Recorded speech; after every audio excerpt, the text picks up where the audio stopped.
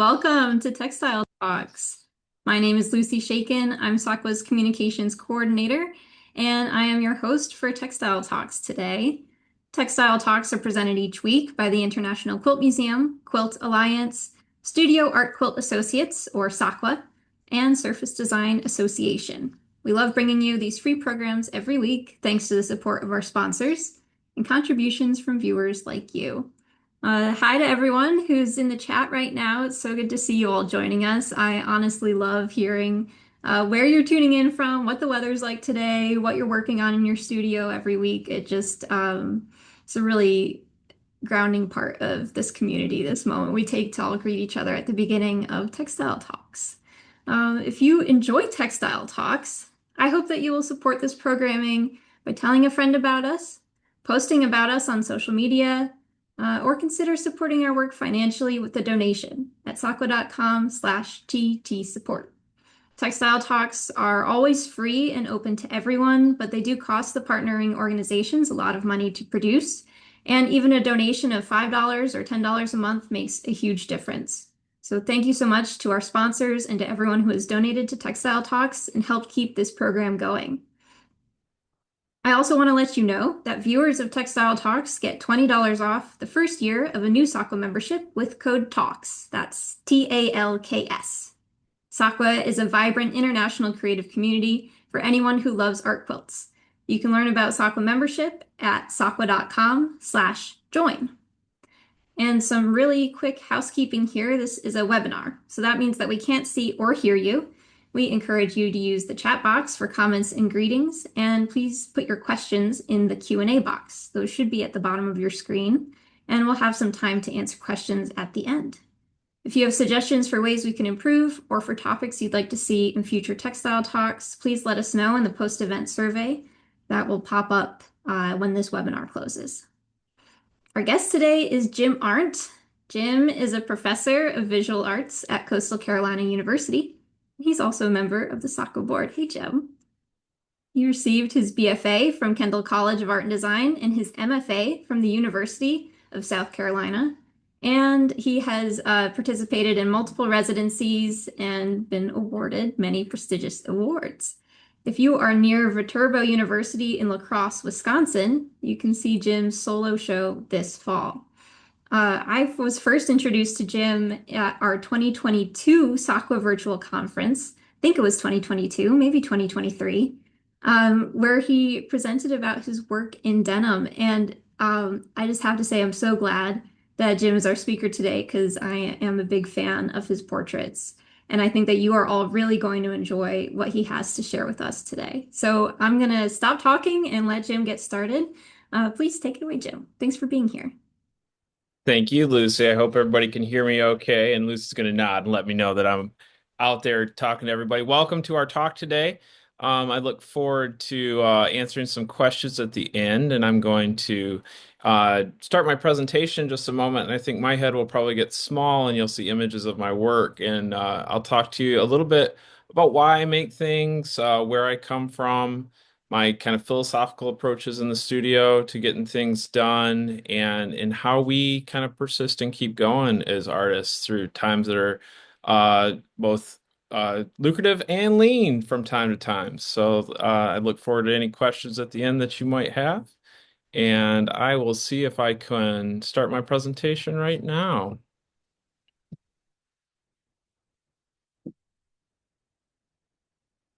There we go. And Lucy will signal to me that she can see my name up on screen and it looks like an image. Well, as I mentioned, my name's Jim Arendt. I'm going to start by telling you a little bit about where I come from to give you just kind of a grounding in the type of work that I do. I grew up on a small family farm outside of Flint, Michigan. And if you know Flint from the news, you might have heard about our water problems. I'd like to reassure everybody that Flint now has the cleanest water in the nation. This is Genesee Tower coming down on screen. This was the tallest building in Genesee County, where I grew up. Genesee County was the home to General Motors, the birthplace of General Motors, and the birthplace of the United Auto Workers, a strong labor movement in the United States. I was born in the waning years of the Carter administration, and so I was around Flint for a lot of the downturn for the automotive industry. And so as a young child, I got to see a lot of factory closures, people put out of work, foreclosures, kind of the emptying and hollowing out of both my hometown, Flint, but also similarly positioned towns throughout the Rust Belt, which is the industrial region of the United States. When you grow up in a place like Flint, when you turn to your parents and say, I'd like to go to art school, they say, good luck. And so I ran off when I was 18 to go explore other things and engage in what I thought would be a career as perhaps I wanted to work for Industrial Lights and Magic, which made special effects for Star Wars and things like that. I thought that would be a really cool way to employ some of my skills and loves. Um, and instead, what I ended up doing was modeling the universe that I came from for most of my adult life, trying to make sense of some of the things that I'd seen, the people who made that place, um, the things that I grew up and around, and I used art as a way to kind of begin to understand that. I explored a lot of different themes, which I'll talk to you about as we move through the presentation. I explored the lives of working people. I really loved figurative art and portraiture, and I also liked the crafts that I grew up with. Sue Goodfellow taught me how to knit when I was 8 years old, and my father liked to patch his Wranglers on the sewing machine, and so I spent a lot of time around kind of handwork. When you grow up a little bit um, hand to mouth, as it were, you had to make things. And so a lot of my entertainment and toys and things like that were made from objects around me. And those were skills that took a while to reemerge after school, but were the ones that I turned to as ones that I felt like I had the most earnestness and sincerity for as an artist. Wanted to kind of understand like what happened in Flint, and so began to investigate ideas of work. It's like what type of work did I want to engage in? What makes work good? What makes work bad? Who gets to decide what type of work you should engage in? What types of systems, economic systems, do we work in? What do I like about work? That was a weird discovery is like work brings a lot of fulfillment and brings a lot of joy, but not always. And so trying to, through my artwork, figure out what types of models of work that I wanted to make for myself, caused me to reflect on things that I engaged in, what types of systems I wanted to create for myself. And I used art making as a way for me to kind of investigate those. Um, Let me advance my slide here. So a lot of my work is based in kind of the investigations of systems of capitalism, the structure of labor itself, large scale kind of macroeconomic forces. That's really bad material to make artwork out of. And so my artwork itself is life size. It's very small. I like to use individuals and figures to, try to figure things out. Um, but along the way, as I'm engaged with different types of research and learning about how kind of economic systems deploy, you run into a lot of different ideas. One of the ideas that really resonated with me were this Marxist theory of alienation, Marxist theory of alienation from work. This is something that I suspect, as we talk about a little bit today, you'll feel echoes or you'll resonate with certain aspects of this. The alienation of work was something that Marx wrote about and explored what makes work drudgery or what makes us a separate entity from our work. And so, as a worker in artistic production or in other fields of endeavor, you'll see that sometimes your labor is coerced, or sometimes you have to work because you have no choice. That's the activity of production. Sometimes your labor is appropriated by other people. It's taken from you. It's exploited by others. Sometimes it divorces you from other humans, and you're separated and feel a sense of loss, loss of community, loss of other people. And so there are a lot of different ways to be alienated through our work. I turned to artwork as something that I really enjoyed and said, well, what makes artwork good? Like, why do I like this? And there were a lot of things that I liked about artistic production specifically that resonated with some of my upbringing. I grew up on a farm. A farm is kind of a closed solar powered system, ideally. There's no inputs, the sun shines on the grass, the cows eat the grass, and you profit from the cows. And so that type of closed system was different from the factory systems that I grew up with, which were linear. Things came in, you spent a fraction of your life putting bumpers on vehicles, and you never got to decide what vehicles were built or when they were built or how much they should cost or how much you should be paid. Those were activities for other people and that separated you from the enjoyment of work. And so I've used art as a way to explore my relationship with work and just hopefully structure a life that's more in line with the type of model of work that I hope everybody can enjoy. My studio practice. I like to talk about Instagram studios for just a moment. I see a lot of studios on Instagram. This is my studio. This is my one-car garage. You'll see a couple shots of this today. It's pretty humble space to make artwork in. It's not very large. It has very few windows. It has a nice big door on one end. I make everything I do in my one-car garage, and I share it with garage stuff. There's shovels and lawnmowers occasionally and things like that that inhabit the garage with me. Um, this is in counterpoint or with a nod towards, kind of the dressed up studios that we see posted on social media with soft northern light and big expansive walls. So I just want to kind of share with you like the space that I work in so you can see that it's a real working space. So I approach my work with kind of a rules-based approach. Here's my rules. I use systems of rules and logic in the studio to help me kind of unlock the potential of things. I'm very kind of analytical artist in that way. Initially, I thought I had invented kind of a rules-based approach to making things, but then I would reverse engineer other people's careers, and I realized that they were using the same things, whether consciously or unconsciously, same types of systems. So I just want to talk about the systems that I use. Small rules-based approach limits the number of things that you can do. It helps kind of overcome an analysis paralysis. Analysis paralysis is when there's too many choices and you can't get anything done. And so rules help limit and narrow the number of actions that's available to anybody. Here's some of the rules that I adhere to, and I'd like to note the asterisk at the bottom. Adherence. Oh, I got a spell check. Adherence to my limits is helpful but not mandatory. So I work with denim. That's one of my rules. That means I pay attention to materials. I'm a materialist at heart.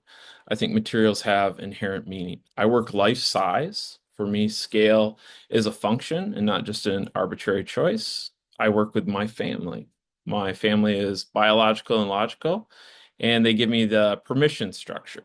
So I try to honor them and be true. I like to be earnest. I like to be sincere in my work. I like to write what I know, and my family and our experiences are the thing that I feel like I have the most authenticity with. And I like to work with people. So that presents some problems as an artist, but I avoid symbols and embrace what makes us human. Now, you're going to see me break my own rules from time to time in this presentation, but they're my rules, so I get to do that. All right. So let me talk just individually a little bit. I work with denim. I think materials have inherent meaning. I like to investigate the meaning of things from their perspective. And so a lot of materials that we encounter as artists bring their own meaning and intent to our production. I use denim because I associate it with the working class people that I grew up with. It's a hard wearing material. It's ubiquitous. It's invisible. It conforms and becomes more intimate to the wearer with time. Those were all kind of qualities that the material had, separate of any intent that I had as an artist. And so I began to look at denim through the lens of a painter and say, well, it's got a palette of acid wash white, and I can essentially make images with it. And I knew how to make images. And so acid wash white to Wrangler blue became my palette. And it's a very limiting palette when it comes down to it. But I think all materials can be investigated through this type of lens. And the only downside for an artist is each material has a pretty steep learning curve. So it's like paint means something all on its own, ceramics means something all on its own. If I want to speak in those languages, I have to know enough about them to be able to exploit their meaning or to collaborate with the material in a way. I work at life size. That's another one of my rules. And so that's something I don't have to think about when I go in the studio. How big should my work be? How big is anything that I make? Well, it's life size. And for me, life size exploits something that I wish more artists would think about. Scale as a function. Um, there's no right or wrong size to a work of art. It's really about what do you intend the work of art to be? What do you want it to do? And I wanted to speak not at a big macroscopic scale of economies, but to focus in on a more individualistic and personal kind of scale. And life size work, whether that's the size of a person or the size of a gallon of milk, is a one-to-one scale, and the viewer will interact with your work and give it its kind of own personal space, or the space that they would do something um, at that scale in the real world, whether they encounter it in a fridge or a gallery. Now you can make things small and be effective too. I like to think of like Hot Wheels cars or action figures or doll houses as being really effective small objects. They're scaled down, but scaled down with purpose. They're bigger on the inside, but they're only big on the inside for the one person that gets to interact with them, a child or somebody who holds a locket in their hand or a precious book. And that scale is provides a different function to the work. So I like to work at life scale. I don't have to think about it when I go in the studio. It is a scale that I enjoy because I like the autonomy that the work has that way. And a lot of us work at this scale. So it's like, oh, well, here's why I do it. Maybe you need to think about the scale that you're working at in the same type of light. I also work with my family. My family for me is my biological family, the people who are blood relation. A lot of the images and individuals that you see are nieces, nephews, brothers, mothers, fathers, but they're also my logical family. My logical family has been a structure that I've used to give me a little bit more permission to work with the people around me. I'm very sensitive to depictions of others as a portraiture or an artist who works in portraiture. I exercise a lot of power over the way people are presented, and so I try to be very careful about making sure that I'm working with people that I feel I have some permission or permission structure with. My family can't disown me. My logical family are people that I'm fairly intimate with. I try to honor them and be true to their experience. These aren't idealized portraits by any means, so um, they're true depictions of people. This is a image of my mother. This is how I knew my mom, not how she would want to be depicted necessarily. She doesn't have her hair on, and she's in her house robe, and she's stifling a cough from a persistent cough that she has. Um, but this is how I know my mom, and it's a portrait that's done with all the love that I could bring to it, and all the sincerity and meaning that intimacy allows us to communicate with. And so that's why I like to work with my family. This is a photo or a photo of a piece that um, is of my 13-year-old niece at the time, and the angst and awkwardness of being a teenager was just settling on their shoulders. And I looked at this bright young person. I said, what young person doesn't need wings to fly a little bit? And so the pieces kind of self-assemble at times. They're bits and pieces of who I know these people to be, coupled with the things that I want for them, my hopes, things that go unsaid in between us. And it's just the way that I like to work. Now, this last rule, the fact that I work with people, might sound like a restatement of I work with my family, but it's different. I work with people. Um, I avoid, for the most part, or did for years and years and years, working with symbolic forms of communication. There's four ways that an image can communicate. It can be representational. It can show you something. It can communicate through the way it's structured, its formal composition and what's shown and how it's shown. It can communicate experientially. You're going to know what an apple tastes like or feels like in your mouth, and a picture can elicit that type of experience. But symbolic forms of communication, I always avoid it because symbols change, they shift in time. You only have to look at how we struggle to understand Old English to understand how little time has to pass before a symbol shifts, and it becomes the job of experts to explain it to us. And so I've pretty much systematically avoided symbols until quite recently in my work. But I like working with people. I think our experiences, our shared experiences, are the things that is in an increasingly disconnected digital realm make life worth living. And I like the way that the things that I make help me connect with other people in a real world setting. There's a phrase that I like that says we've never been more isolated and more connected at the same time. And we're living through this period of human time where we desperately need like real things. And so I try to bring some real things into the world to help populate the world and make things for people. And so that's what I like to do and the type of work that I engage in. Um, it gives you just a sense of the experience of being a person. And that's why I can use people and bodies, I think, to create meaning and to explore work individually. They're pictures of people, but collectively they work to say, how do we want to structure a working life? What effects does work have on people?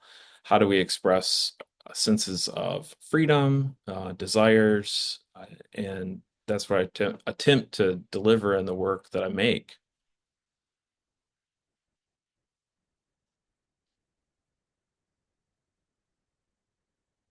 Some of these pieces are wall hung. Some of them are dimensional.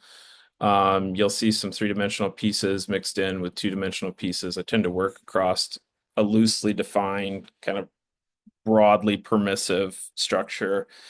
Um, I don't necessarily consider myself any one particular type of artist. I give myself enough permission to explore a lot of different types of things. Whatever catches my fancy, I've learned, is an appropriate thing to pursue, and the meaning for me that's necessary in my work usually comes. I just have learned to trust a sense of intuition about the direction being right, and I work to deliver just kind of meaning after making. And so there's a phrase that says never make and analyze at the same time. It's like make first, analyze later. That's a good rule to follow. Oh, here's me breaking my own rules. I'm using symbolic forms of communication by using text, and that was something that I systematically avoided for years and years and years. But sometimes there's no replacement for the direct way that text can communicate to a viewer. And so it was a way of me speaking directly. And when any rule is made to be broken, so I enjoy sometimes breaking my own rules. This allows me to work with other people from time to time. It takes more than just me to make objects sometimes.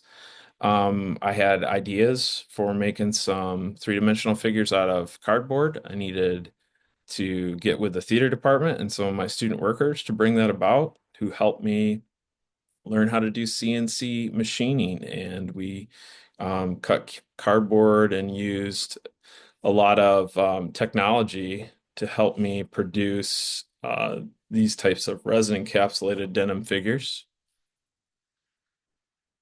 So here you can see me kind of working in this huge expansive space. This is the theater department at CCU where I work as a teacher. I'm kind of elbowing my way into the theater department so that I could have the room and space to make things. Um, the figures were captured using phototelemetry, which is a way of taking a series of photographs and getting a three-dimensional model of it. And then I had to do a little bit of software magic to translate it into cardboard, and we used slice forms to create figures. This is a, a cardboard figure that is encased later in resin, and this is of Angelica. The next slide is of Angelica assembling Angelica. So it's this meta experience for me, but you can see Angelica is gluing the individual slices together. And what making art in this manner has done for me is it allows me to connect with other people. It allows me to collaborate, to bring other voices and other people to the table, and to help make something that's a little bit bigger than any one artist can kind of pull off. That was something that I didn't learn in art school, where I studied as a painter, and painters just leaned against the wall and tried to look cool. We didn't have communities like SAQA to be a part of. The Fibers community is one of those great resources that shares information and it tells stories and builds community, and is something to be valued and not underappreciated. It's a very special thing that we get to do this type of stuff together. And here's those pieces on display. I used a lot of young college students. I was thinking about kind of the world that we've built for young people. And a lot of us old timers like to gripe about these young people these days, but they're working into a headwind of a world that we're delivering to them that's going to be difficult. It's going to be hard. For them to have lives as lucrative and as rich and rewarding as I've been able to have. And so I wanted to make pieces with my work studies who were making minimum wage, and of my work studies who were making minimum wage, and talk about um, their experiences. The flags are modeled after little marking flags. They have this nice little kinetic element where they wave at the slightest breeze. All right, and now I'm going to talk to you a little bit about my real life and the working lives of artists. I showed you my studio earlier. I think there's some additional shots. Here I am. This is one of the few self-portraits that I've executed as an adult artist.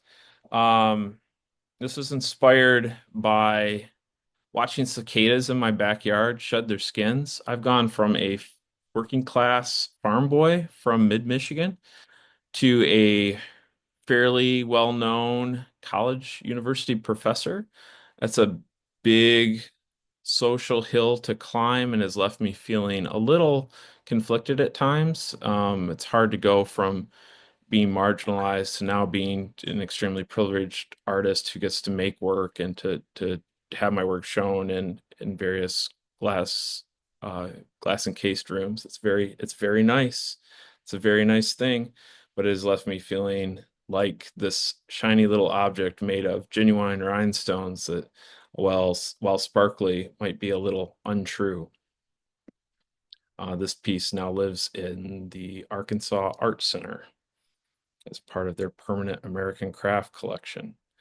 My day job is to be a university professor. I teach students at all levels, from 100 to 400 level classes, prepare them for life as artists. The other day job that I have is to be an artist. Here's me tinkering with one of my sewing machines, probably trying to get something under the foot that I shouldn't be sewing with it anyways. This is my Singer 111 W155. It's a World War II era sewing machine. It's a real workhorse. It can eat anything that I put through it, and I like to keep the old machines working. I'm a little bit of a sewing machine fanatic. This is my ideal audience for my work. Um, Here I am at some museum, and there was a group of second graders coming through. Look at how enthusiastic they are. I wish all my college students would raise their hand like the little one in the front there.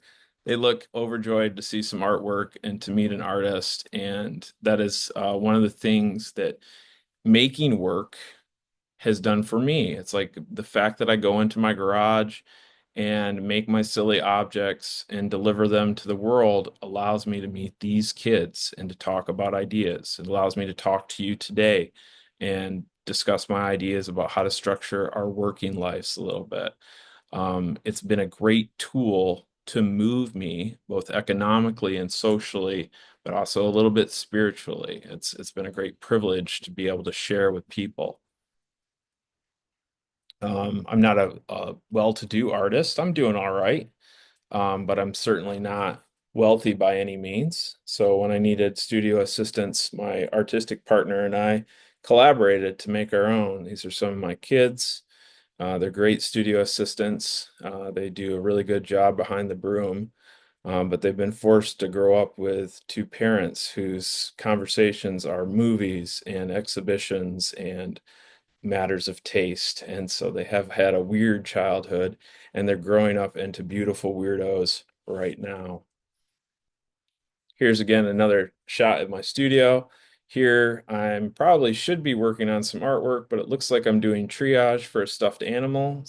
Somebody's knuffle or special had ripped a seam, and so we have queued up to make sure it gets a few stitches. So I haven't really lost the love for sewing that I found through mending and repair work, which were really my windows into the world of putting cloth together. Um, it's been a great thing. I like to share it with others. I take a lot of bad photos of my artwork. I want you to see that a lot of the layout and design is done on my like living room floor amongst the cat hair and dog hair. I try to assemble meaning out of this, and but it's a fairly, grungy family life. We hang out, we watch movies, we eat macaroni and cheese, and we make artwork from time to time. So it's a really interesting way to go through life. Here's some of my pretty sewing machines. I like my pretty sewing machines. This is a Japanese sewing machine from the post-World War II era in all of its atomic fashion glory. It's a really, plain Jane badged machine. I think it says zigzag on the side of it, but I really like it because it's pretty. And the pretty ones sometimes find a home in my studio. I don't buy sewing machines, but they seem to find me. And in my studio, you'll see a lot of the machines that I've found on the curb or that have been Facebook Marketplace for free postings. I just see these wet puppies and I bring them home. I can't let them be out there. There's a Singer Touch and Sew in there that I found in the garbage, and I was like, oh, that's gotta come home with me. The only thing wrong with it was I think it was missing a bobbin. So I take these machines home. I certainly can't use them all in the studio. I just finished teaching a bunch of young people how to sew, some of them for the first time. I learned how to sew in home economics in the eighth grade. I think it's a skill that everybody should have. And so I take these sewing machines that I find in the trash, and you can see Sebastian has cut This Machine Kills Fascists, which used to be on Woody Guthrie's guitar, the folk singer Woody Guthrie, I think, if I'm not misremembering. And we put it on the back of the sewing machine, and these sewing machines go into the hands of students who express a little interest. So somebody who needs a sewing machine, usually we just gift it to them and say, hey, this is your problem now, and hope that they'll make things that are dangerous and beautiful. So if you got a couple sewing machines laying around, maybe think about those young people out there. It's been a a good ride as an artist. Here are a bunch of people in Boston about to see some of my work in a science fiction movie where it was used in a background scene. It was fun because the gentleman who made the movie was also a collector of my work, and he's like, "Oh, we'd really like to have it in the movie." And I said, "Oh, you had me at sci-fi. Let's go for it." And so here's a bunch of people about to see that. Sometimes when you're an artist, people call you out of the blue and say, "Would you like to go to Azerbaijan and make art out of waste?" And I said, "Where's Azerbaijan?" It's been interesting to be an artist and see um, how art is a tool of statecraft from time to time, that it's not just guns and bombs and things that shape people's uh, geopolitical standing, but it's also how arts are perceived, what countries support the arts. And this was an interesting opportunity to be a part of that. You're going to see a little bit of Baku, Azerbaijan here in some of these videos. I'll run through these clips real fast.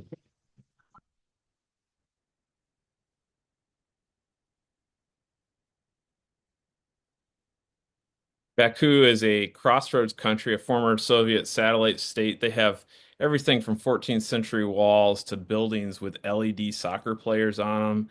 And I was asked to come over and make some work, and it was an interesting thing to do. And the interesting things to do happen because I make silly things in my garage and share it with people. My neighbors don't know I'm an artist. They think I build like coffins for children or something. They see me building crates all the time. When I'm not sewing, I like to engage in other things. Sometimes I work in different types of materials. Here's a couple recent projects that I worked on. One's a collaboration with my wife where we made a Golden Corral feed bin. This is part of the Terrain Project, which is an international sculpture exhibition, what pops up. And so um, we were accepted into the project, and then we had to execute the project in our front yard, which was a lot of fun. And we held down the Southeast while other people were in Berlin, LA, and Chicago. We held down Conway, South Carolina, and represented public sculpture at its finest. The other is a variable message sign that I bought at a government auction. I like the aspects of this. I was looking for authority. Someone had handed me blowhorn, not a blowhorn, a megaphone, and said, "Why don't you direct people to cross the street?" And I noticed how people listened to me when I talked to this megaphone and said, "You can cross the street now." And I said, "What other forms of authority do people listen to?" And I was like, road signs. Road signs are something that everybody obeys the message on a road sign, like merge right or slow construction. And I was like, I bet you can say anything on a road sign if you want to. And so I did. I put my own messages on road signs. I hotwired them up a little bit. And I put my own subversive messaging on them to direct and to instruct people on how to behave. Sometimes you make works of art and you're honored. This work of art is a piece of my sister Jamie. Jamie, I lost to suicide when she was 44 and I was much younger. This piece was half finished when she took her own life, and I had to come back and complete it. It had already been accepted for an exhibition, and it was going to go. And so I had to suffer the loss of my sister and come back and finish this piece of her. And the good people of Lake City put it up on a big screen and gave me a large novelty check for a ridiculous amount of money. And it's still in their town. This was a really great experience to have, but I wanted to share with you kind of the double-edged sword of loss and success that sometimes travels or is embodied in our work. Sometimes you win, sometimes you lose. This is me and my partner with our newborn baby at a um, awards ceremony. The beautiful woman to our right is Sonia Clark. I'm about to lose $10,000 to Sonia Clark. So sometimes you win ridiculous novelty checks and sometimes you lose. And that's just the life of the artist. But the best thing about losing to an amazing artist like Sonia Clark who I would encourage you to go and look at her work and appreciate just what a genius she is that Sonia will buy you drinks on the rooftop bar later on, so it doesn't hurt so bad.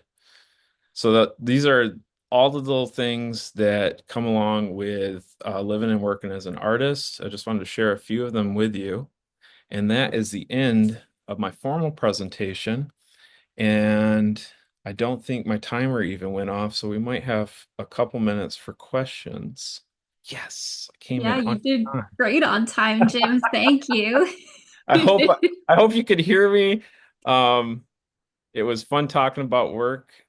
Lucy, why don't I stop sharing my screen and we can chat for a couple minutes and see if there's anything anybody would like to ask. Well, we do have some questions, and if you have questions for Jim, please do put them in the Q&A. We have a good chunk of time here.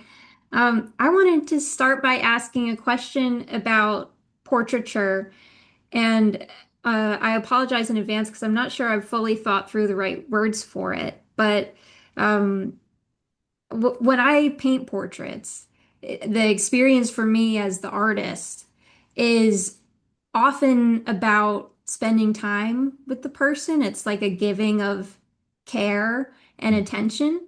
Um, and I was thinking about this question actually first when you showed the resin work you were doing, because the photo looks like someone preparing a mummy or Yeah. like a death rite, and then to also then have you speak about the piece for your sister, and processing the grief while working on a portrait. I'm curious if you have thoughts to share about the connection that happens between you or the care that you're giving to your portrait subjects. Yeah, I have a short humorous answer that I'll share with you and then I'll get a little bit more serious. I usually say to people, this allows me to have my family close to me, but on my own terms. All of us have families. Families can be a great source of joy, but not everybody's family is a continuous source of joy. And I've been somebody who's tried to bring people that I love back into my life and using really the language of repair to do that, right? I can use applique and patchwork as a way of patching up relationships or structuring the relationships on my term. And you're right. Portraiture is a way for me to spend time with people who are often far distant from me. I've been an itinerant artist my whole life, which means I go where I'm called. And I left home when I was 18, and I've spent my entire life trying to crawl my way back there. And I do that in little portraiture experiments in my garage. And it is a way to spend time with people. It's a way to say I love them in a language that I'm not even sure that they speak. And I think portraiture functions on that level. It's not just a picture of someone. It's a love letter to a visage, right? A person's image. And I'm a couple months in usually, and I'll never be able to say those words to them. It's like I get to say them to strangers over the internet right now, how much I love my family, but also how complicated the relationship I have with my family is. It's not always one that's perfect. I look enviously sometimes on people who go on vacation with their family. You've seen these photos on the internet where people go on vacation with like their grandmothers and their mom and dad, and I go, I don't understand that, but it sure does look interesting. Yeah, interesting is a good word, I think, probably. Um, I wanted to ask also about like the expressions in your portraits. There was one at the beginning where it's like Uh, a grabbing of the face, and then yeah. there's just several where it can't be. Well, maybe it can be. How when you're preparing to make a portrait, are you having a photo shoot and taking pictures? Are you taking candids? Do you have an idea of like what you want them to be doing or to Yeah, seem like in the usually photo? usually I will start with photographic reference and build images from there. So that means a lot of art direction on my part. So it's in one. in one breath, it's an image of them, and in another, it's a staged event of how I want them to be, or a concept I want them to embody, or something I want them to express. That piece specifically with the Catherine is pulling at her face. It's a detail of it, but there's Charlie's Angels versions of Catherine on the wings, where she's repeated as a silhouette. Catherine was a young mother. I was a young parent at the time. I I wanted to talk about the invisibility of motherhood and just how much effort it takes to bring sanity to a world that is, chaotic, to say the least. It's like kids bring a lot of chaos. They bring a lot of love. They bring a lot of chaos. There's Cheerios in places that I will never recover. Um, but but I wanted Catherine to embody some of that anxiety, some of that stress, and I wanted to give her like more versions of herself than what were humanly possible to have, so that there would be more of her to manage than could ever be in the real world. And so those were the things that I wanted from the image, how I asked her to pose. But it's with the collaboration and with the knowledge of those people that I work with their image, and I try to bring a little bit for both of us, I think, in the way that they're presented. That brings me to a question that Martha sent to me, and that also came up in the chat. I believe Frederick in the chat said, "What's up with the mirrors?" So a lot of the portraits have mirror Oh, images. yeah. Can you talk a little bit Okay. about that? Yes, I can. And because I externalize my demons into artwork, I can be gregarious about this. Um, Andy Warhol had the best answer. Andy Warhol, you guys know Andy Warhol. He made soup cans, lots of soup cans, multiple soup cans, and he made multiple portraits of people. He also, for a period of time, did pictures of people who had been murdered, or the electric chair, or overturned ambulances. And people were like, Andy, why are you doing this? And his most Warholian answer, he said, I want to make it like wallpaper. And I'm like, what does that mean? What does that mean, Andy? And so as another artist, I sit there and you speculate, what did Andy Warhol mean when he said he wanted to make it like wallpaper? I think he struggled with the conception of death, and he wanted to make death something that was easier to look at. And repetition allowed him to look at tragedy in a way that was beautiful. Hmm. I often am twinning figures or nearly twinning figures for some of the same reasons. The repetition makes it both more emotionally manageable and more beautiful, and it allows me to stare at monsters longer. And I think that's really why I do it. There are practical reasons for doing it beyond those kind of conceptual structures that I bring. If you're cutting something once, all you have to do is fold it in half and you've got two. So you can get twice as much work with a simple fold. That's Betsy Ross's answer to that question. You just fold it like this and you got a five-pointed star. Um, so when you're making, it's just as easy to make two as it is to make one. And so why not make two? The third and last point that I'll bring to that is I really enjoyed comic strips growing up, and one of my favorite comic strips, my favorite being Calvin and Hobbes. Don't argue with me, but one of my favorite ones was Spot the Difference.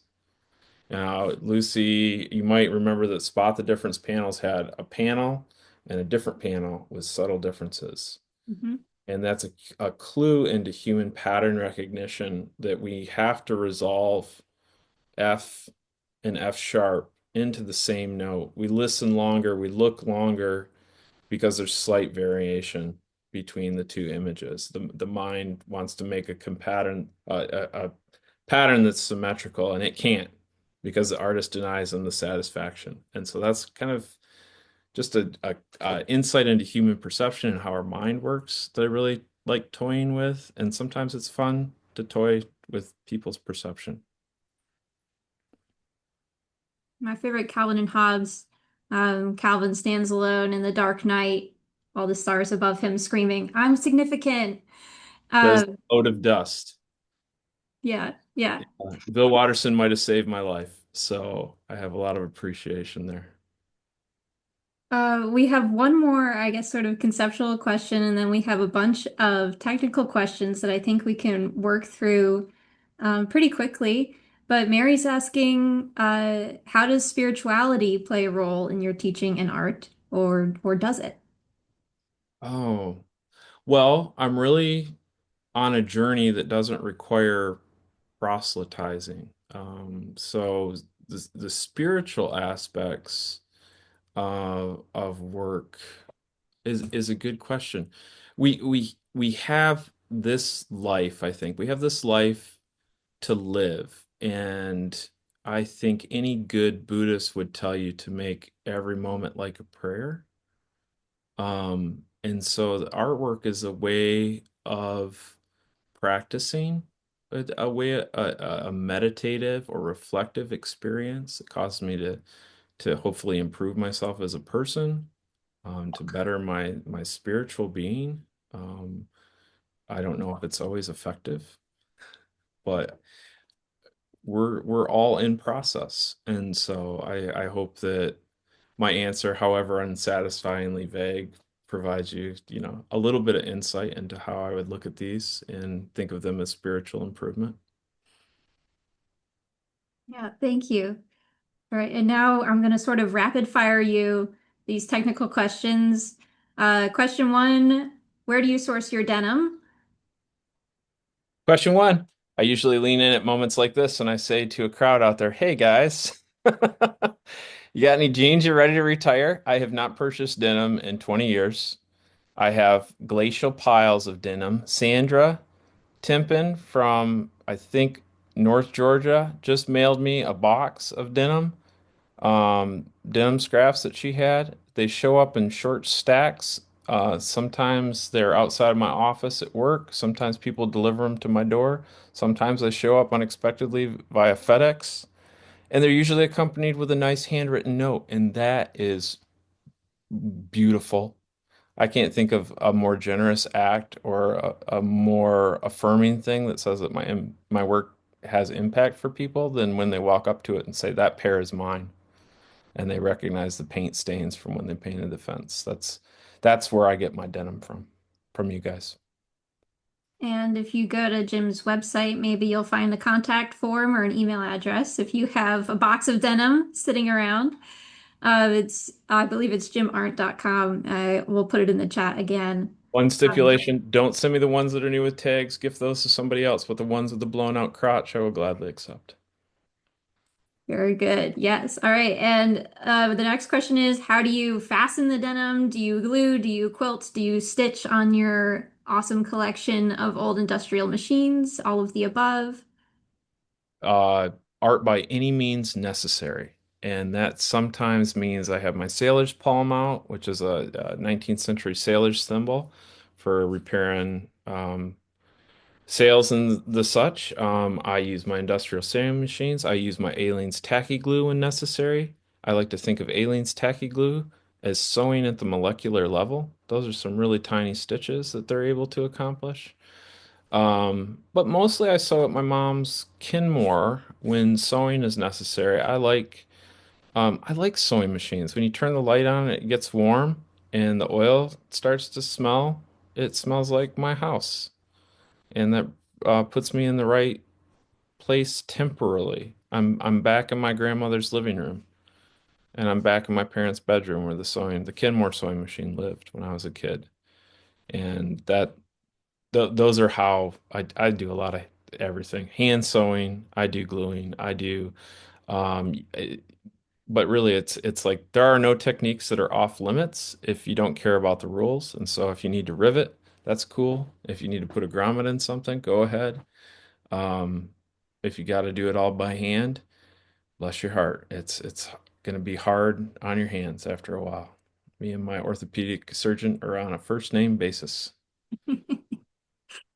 Okay, and I think this will get to most of the questions about technique. And the last one I'll ask will be, can we talk about armatures a little bit? So they want to know more about your cardboard human forms, and then also, do you use any other type of armatures for your 3D work?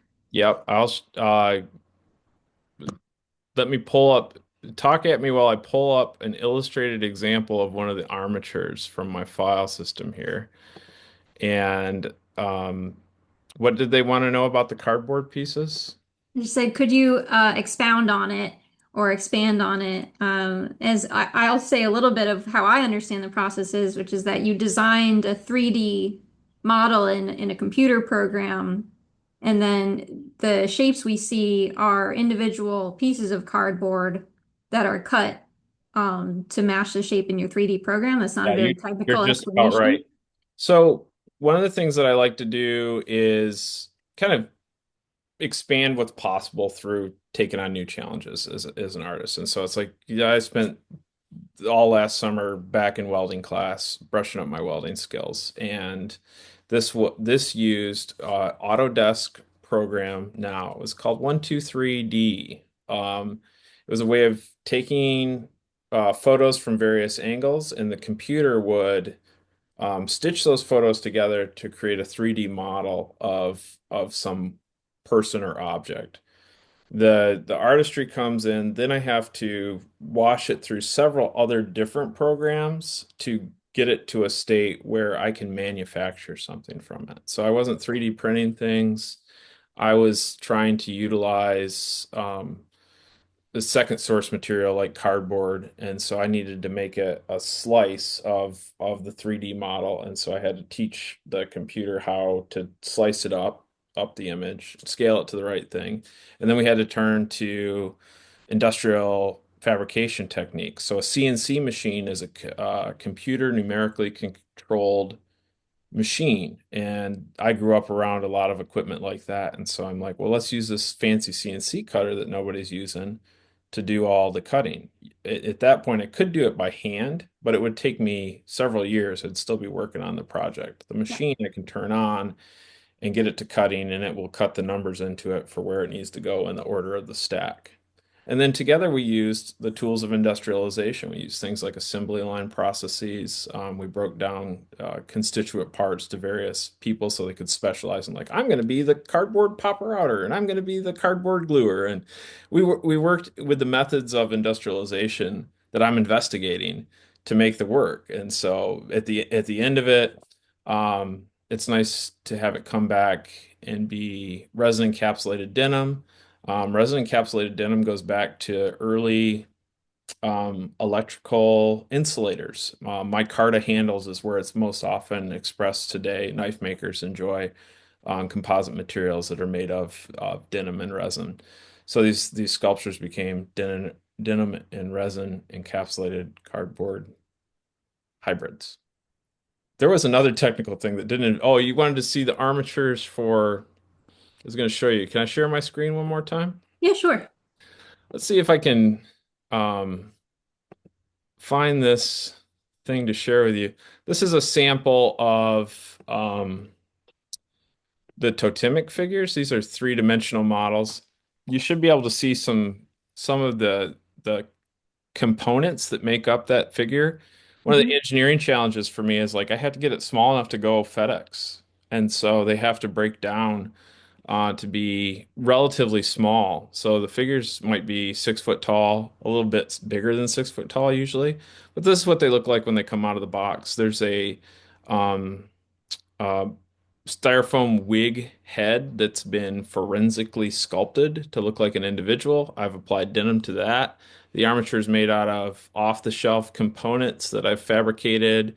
You'll see on the left-hand side of the screen that there are some pool stick hardware that I've used to break down the central mast.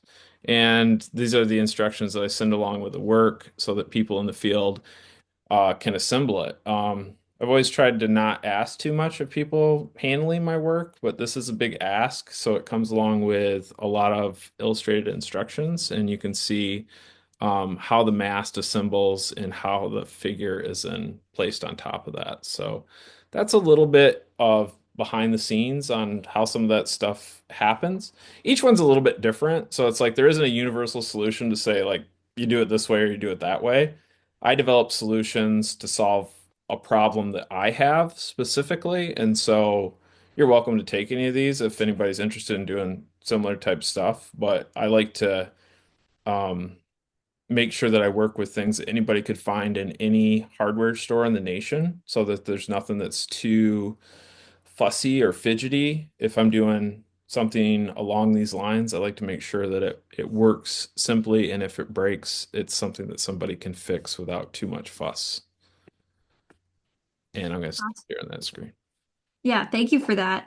And we are just past 3 o'clock Eastern time, so I'm just going to wrap it up here. And I want to say thank you so much, Jim. No problem. Um, Obviously, your work is gorgeous and stunning, but I also just really appreciate the way you talk about making your work and the way you talk about like living as an artist in general and connecting with community through art making. I just think it's really cool. So thank you so much. Thank you. SAQA was a big part of that. I can't tell you how surprising it was to back into the world of fibers in the way that I did and find people there ready to hug me. That was one of the best parts about being parts of these organizations is there were so many people who clapped for me and made me feel like I wasn't a weird wildflower. It's a good place to be. Well, and that segues perfectly to my pitch to our audience. If you feel like a weird wildflower, like Jim, we would love to have you join SAQA, and you can use the code TALKS, that's TALKS, for $20 off the first year of a new membership. Thank you all so much for joining us today and every week on Textile Talks. As always, you can find all the info and our archive of almost 300 Textile Talk recordings at saqa.com/textile talks. And if you enjoy our programs, we would love it if you would tell a friend, post about us on social media, or consider supporting our work financially with a donation at saqa.com/TT support. We will be back next week, same time, same place for Unseen Labor, Motherhood and Care, presented by the Surface Design Association. Thank you all for joining us. Have a great Wednesday.